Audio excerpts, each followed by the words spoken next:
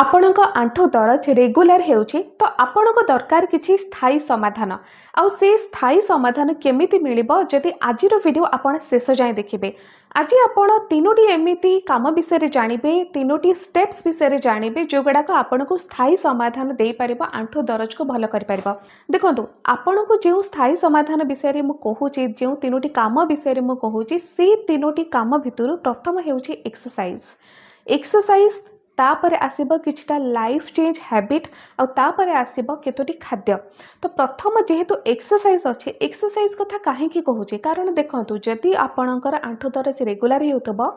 किंबा शरीर जेकोसी joint area रे समस्या रेगुलर होपण जब पूरा बसी पड़े तो यहाँ आपणकर समस्या को बढ़ाई दिए। से पूरा न बसी पूरा बेड रेस्ट ऊपर को न जाइकी आपण चेष्टा करूँ कि ना कि आपणकर फिजिकल एक्टिविटी बढ़ू।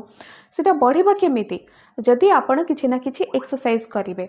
आपण योगा करें, आपण सिंपल एक्सरसाइज करें, किंतु मने मने करेंगे। आपण एमती ना जे निज मन को जोटा आसला आपण सेटा करेंगे। आपण को ट्रेनर मानकर एडवाइस नबा को पड़ो जो मैंने कि प्रॉपर आपण को ट्रेनिंग दे पारिबे जे आपण को आंठू दरज पई किंबा आपण को जॉइंट एरिया रे समस्या पई केउ एक्सरसाइजटा आपण को पई बेस्ट। तो आपण जेतेबेले एडवाइस नहीं कि निजे प्रैक्टिस करेंगे, आपणकर से अभ्यास परिणत हो देखिए धीरे धीरे करके आपणकर आंठु दरज कमिज। तापर आसूची लाइफस्टाइल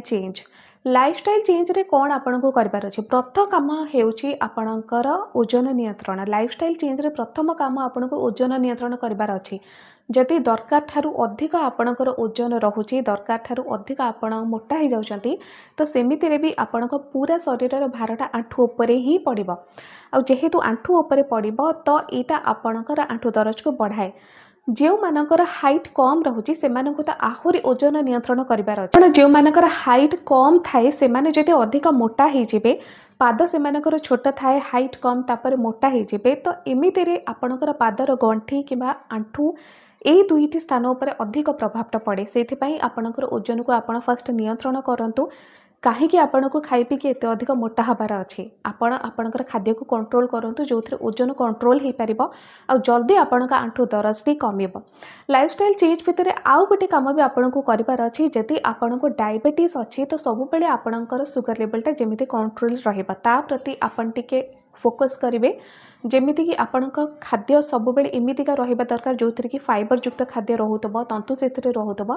जो थे आपणकर सुगर कंट्रोल हो पार।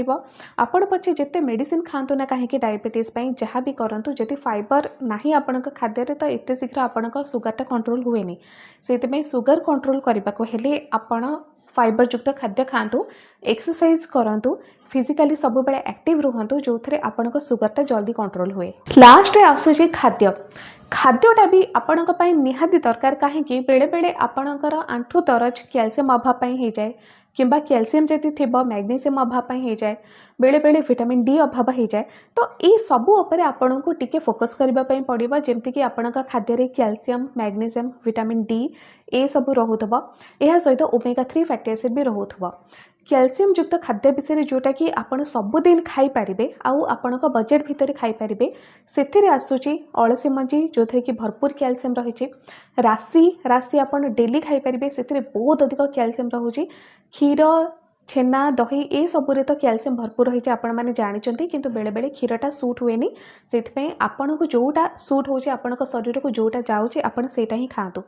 क्षीर ठारू बहुत अधिक कैल्शियम राशि रही, किंतु या राशि क्वांटिटी आपण लिमिट रखिए। सब बेले अध चामच रु गोटे चामच भितर ही आपण खाइबे। हाँ, क्षीर पीले आपण गोटे ग्लास क्षीर पी पारिबे, किंतु बेले बेले एलर्जी हो जाए, पेटर गैस हो जाए, से आपण देखंतु जे आपण को सूट करूची कि नाही।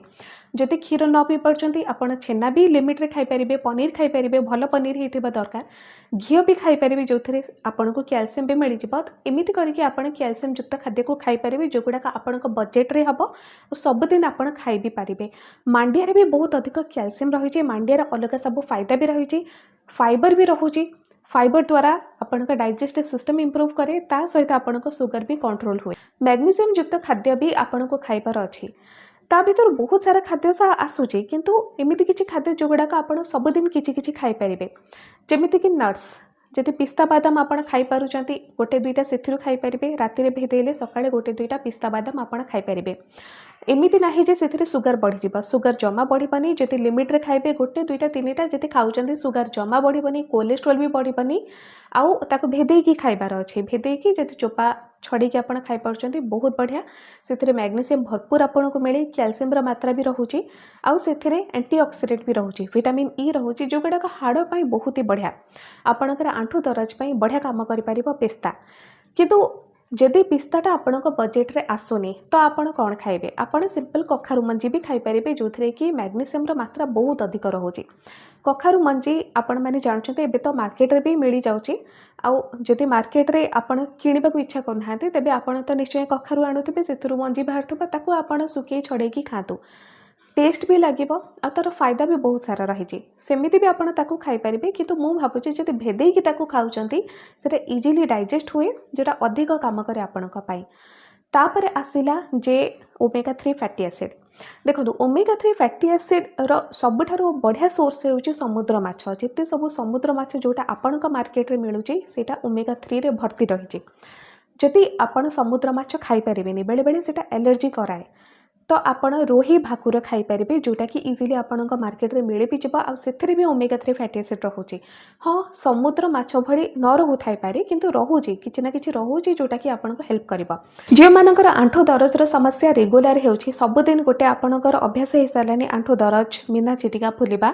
तो ओमेगा 3 सेमानक पई निहाती दरकार आउ सेमाने सब बेले चिकेन मटन छाड़ी देकी माछ को खाइबा कथा जेते बेले भी आमिष आपण खाउचंती माछ को आपण अधिक फोकस करते माछ ही खाइबू माछ अंडा जदि आपण ए सब लिमिट रे खाउचंती तेबे इथिरो आपनको विटामिन डी भी मिल जाए आउ ओमेगा 3 फैटी एसिड भी मिल जाए इथिरे कैल्शियम भी आपनको मिल जाए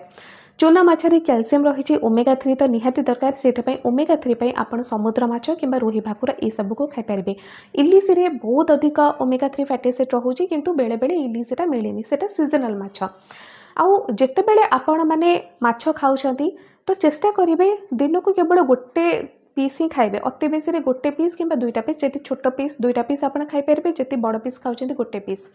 फायदा अच्छे माने नाही जे बहुत खाइबा जति बहुत खाइबे हजम हबनी पड़ी रहिबो किछि तार फायदा मिलबनी जदि अल्प खाइबे तेबे ही सेटा हजम हबो तार सब फायदा आपनको मिलिबो आउ रहिला विटामिन डी रो नेचुरल सोर्स जोटा आपण माने जानिचंती सेटा हला सूर्य किरण आपण माने शीत दिने बसी पारिबे वर्षा दिने तो जमा मिलबनी तापरे ए खरा दिने बसिबा को इच्छा हुएनी तो ए खरा दिने आपण केमिति पाइबे विटामिन डी बहुत सारा खाद्य भी रही ता पई जेमिति कि छतु आपण खाई पारिबे सप्ताह को थरे दुई थर खाइले भी आपण को ठीक रे विटामिन डी मिली पारिबो आपण अंडा खाई पारिबे विटामिन डी पई आ खरा दिन पई दहीटा हेउछि बेस्ट विटामिन डी पई जोथरे कि आपण को विटामिन डी सहित कैल्शियम मिली पारिबो सेथिरे लाइव बैक्टीरिया अछंती गुड बैक्टीरिया आपणकर इंटेस्टाइन रो कार्यक्षमता इंप्रूव करती पेट सफा हुए शरीर को ठंडा रखे पेट को ठंडा रखे बहुत सारा फायदा दही आपन को दिए तो खरा दिने विटामिन डी पाई कैल्शियम पाई विटामिन B12 पाई आपण दही खातु जोटा बेस्ट काम करे आपण का पाई हाँ सेमिते विटामिन डी पाई जदि आपण सनलाइट रे बसुचंती तो सेटा बहुत बढ़िया कारण सनलाइट पड़िबा द्वारा आपण को शरीर ऊपर जेते बेले सनलाइट पड़े ऊपर तो नेचुरली अध घंटा बसिबा परे विटामिन डी आपण शरीर रे तैयारी हबा स्टार्ट हो जाए तैयारी हब सेटा सनलाइट रे न थाए तैयारी हुए आपण शरीर रे किंतु आपण जदि सूर्य किरण रे बसी पारु नाहांती तो आपण खाई भी पारिबे जोटा कि सेथिरे भी आपण को विटामिन डी मिलिबे तो दरज रो गोटे स्थायी समाधान पाइबा को हेले आपण को होम रेमेडी सांगरे किछि ना किछि एमिति करबा को पड़िबो जोटा कि आपण को अधिक फायदा दिए जेमिति कि आपणकर एक्सरसाइज करबा लाइफस्टाइल रे किछि चेंज आनिबा खाद्य उपरे टिके फोकस करिवे जे डेली रे आपणकर खाद्य रे फाइबर रोहुतबो प्रोटीन रोहुतबो कैल्शियम मैग्नीशियम ये सब किछि किछि रोहुतबो बहुत अधिक नुह किछि किछि रोहुतबो अल्प अल्प रोहुतबो जोथरे कि आपणकर ओजन भी नियंत्रण हे पारिबो जति बहुत खाइबे मोटा हे जिबे कम क्वांटिटी रो खांतु ओजन नियंत्रण हे कि रहिबो एथिरे सुगर भी कंट्रोल हुए सेथिपई आपण सब बेले चेष्टा करंतु ओजन को नियंत्रण करिवे खाद्य रे कैल्शियम मैग्नीशियम ए सब रोहुतबो तेबे ही आपणका आंठो दरजरा आपण गोटे स्थायी समाधान पाई पारिबे।